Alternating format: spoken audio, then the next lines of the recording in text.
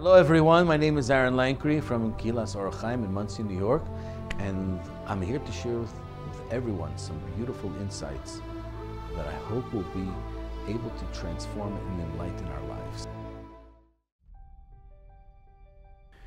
Rosh Hashanah, the new year, literally translated as the new year, but Rosh is the head. Shana comes from two different words, Shinui, change, and Shoneh, repetition. How is it a change and repetition into one word? How does it fit? So our rabbis teach us a very fascinating thing. We say it in the Musaf on Rosh Hashanah. Zeh hayom, this is the day, Tchilat ma'asecha, the beginning of your actions, Zikaron liyom rishon, in remembrance of day number one. So how's the beginning of your actions in remembering the day number one? It's like this. It's like every architect and every builder. Before you create your master plan, before you create your building, you have to have all the designs and everything put into place. So Hashem, 5,766 years ago, designed the plan, what's going to be in the coming year. And this year, things that have to take place that are different than years prior. What needs to take place requires certain types of leadership, requires certain individuals that are going to do what's needed to be done in the coming year. So this is Zeh hayom Tchilat ma'asecha. Today is the day, that's the beginning of your actions, but based upon the plans of what happened 5,766 years ago. So now, that's a whole new perspective. Rosh Hashanah, yes, it is a day of judgment, and we're concerned. But I would like to rephrase it. It's not a day of judgment. It's a day that we have what's called a job interview.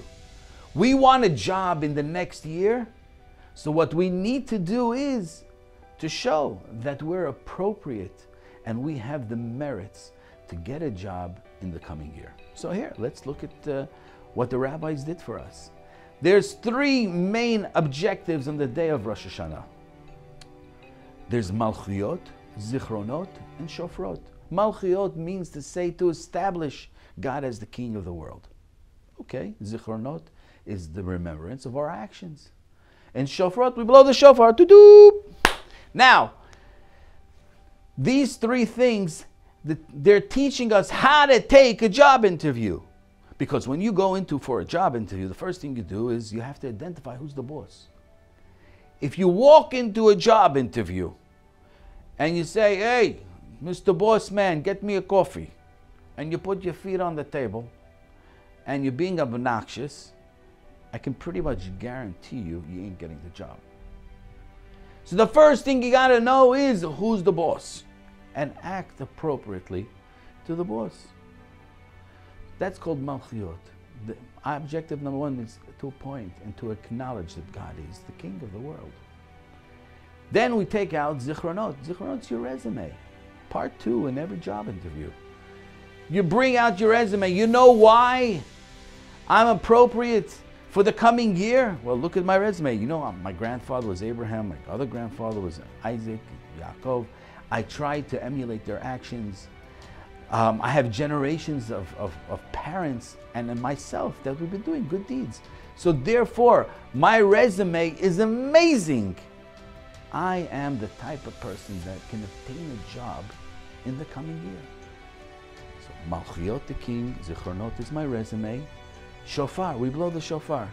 You see, what happens is something very fascinating. In this major company that I want to get a job in, well, my father is really the president. So you'd say, so what? If your father's the dad and you're the president, you can get any job you want. But it's not really like that. You see, when I was a kid, I did a lot of mischief.